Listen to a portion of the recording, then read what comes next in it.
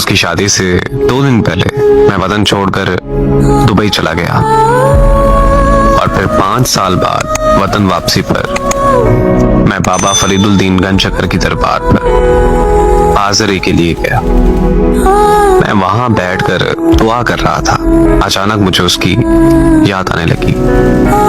इतने सालों बाद जो उसकी याद आई, उसकी याद ने मेरी तबीयत खराब कर दी। मेरा दम घुटने लगा। मैं दरबार के एक कोने में जाकर बैठ गया। मैं ये सोच ही रहा था कि आज इतने सालों बाद यूं अचानक उसकी याद इस कदर क्यों आ रही है कि मेरी आंख लग गई। फिर जब मेरी आंख खुली तो वो बिल्कुल मेरे सामने खड़ी थी। मेरे लिए ये सब किसी मौजज़े से कम नहीं था, क्योंकि मैं ये कभी सोच भी नहीं सकता था कि हमारी जिंदगी में कभी दोबारा मुलाकात भी होगी। वो मुस्कुराते हुए बस मेरी तरफ ही देखी जा रही थी। इससे पहले कि मैं उससे कोई बात करता, उसे किसी ने आवाज दी और वो वहां से चली गई। मैं उसके पीछे जाना चाहता था, मगर मुझ में इतनी हिम्मत भी नहीं थी कि मैं अपनी जगह से हिल भी सकूं। माजी की जिन कड़वी यादों को खत्म करने के लिए मुझे वतन छोड़ना पड़ा था। वही कड़वी यादें फिर से मेरे अंदर जिंदा हो चुकी थी।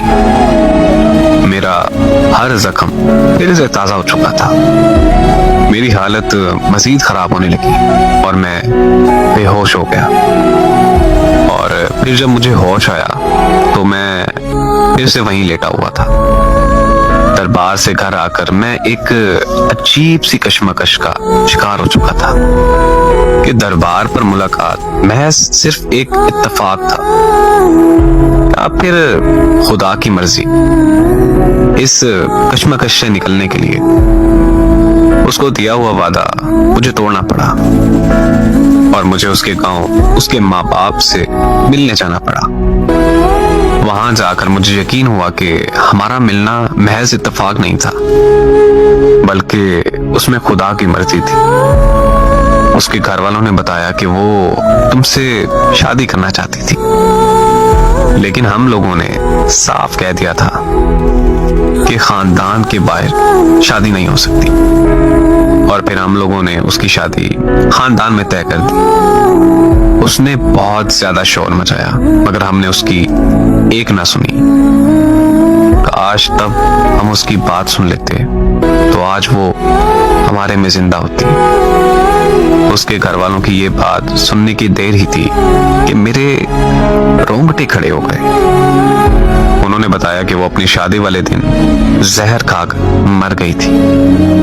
दरबार पर वो मेरा ख्वाब था या फिर खुदा का मौजज़ा, लेकिन मैं सच जान चुका था कि जैसे मैं बेवफा समझ रहा था उसे, उसने तो मोहब्बत में अपनी जान दे दी।